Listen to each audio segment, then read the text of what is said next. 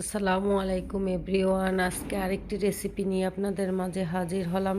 রমজান তো চলে আসছে। রমজানে আমরা কত কিছু খাবার তৈরি করি। সবগুলো খাবারই আপনি এই মশলাটা ইউজ করতে পারবেন, যেমন মুরগি, মাংস, আরও কাবাব টাবাব, এগুলো সবগুলোতে। আমি 10-12টা তেজপাতা নিয়েছি, এলাচ নিয়েছি 3 টেবিল চামচ, দারচিনি নিয়েছি 10-12 পিস, এবং জয়ফল 2টা, জয়ত্রী দুই 2 টেবিল চামচ পরিমাণে নিয়েছি, এবং মেথি, আদা আধা টেবিল চামচ নিয়েছি, শাহি জিরা 2 টেবিল চামচ নিয়েছি,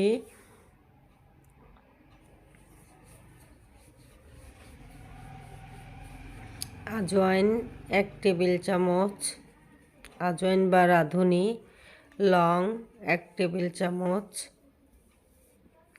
স্টার এনাচ 2 টেবিল চামচ। আমার স্টার এনাচগুলো ভাঙ্গা ছিল, তাই এই জন্য 2 টেবিল চামচ নিয়েছি, বড় হলে একটু কম দিবেন। গোলমরিচ 1 টেবিল চামচ, পোস্তদানা 1 টেবিল চামচ,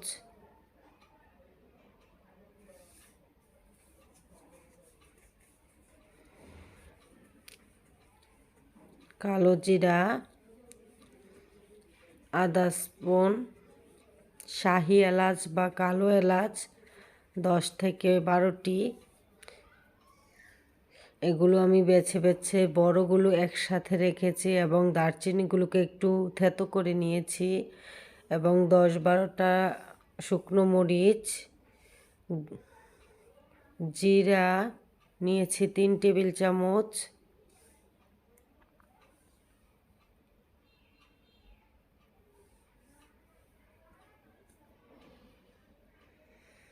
ধনিয়া, আস্ত ধনিয়া, এটা আস্ত ধনিয়াও নিব 3 টেবিল চামচ,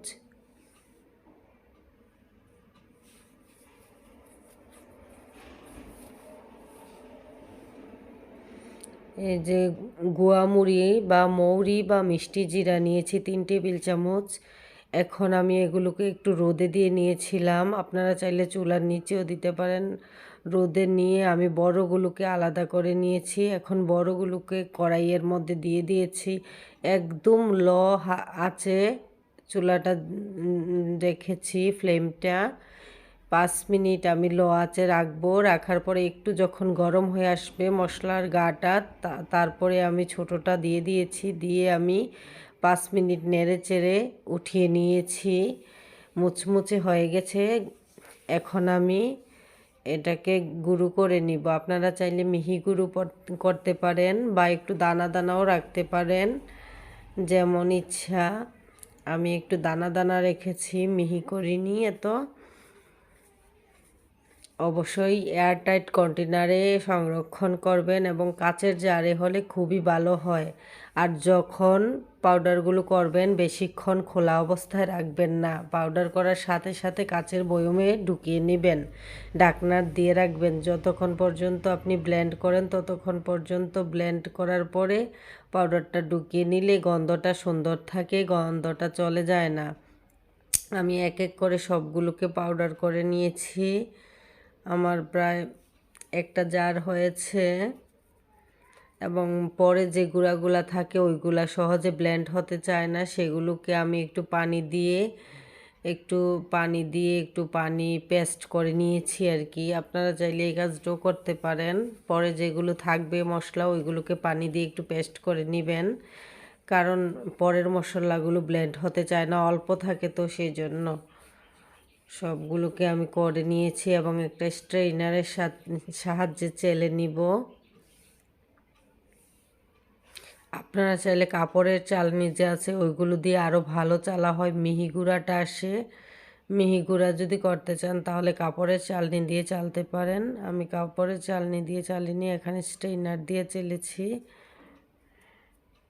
এটা একটু বড় বড় আপনারা মুরগি, মাংস, কাবাব, রেজালা, ছোলা, তারপরে হচ্ছে বিভিন্ন ধরনের চিকেন আইটেমগুলা, চিকেন পপকর্ন বা চিকেন কাবাব বা আরও অনেক কিছু আছে, এগুলো সব কিছুতে ইউজ করতে পারবেন। 1 কেজি মাংসের জন্য আধা চা চামচ পরিমাণ দিলেই এনাফ, কারণ এখানে প্রচুর মশলা পড়েছে।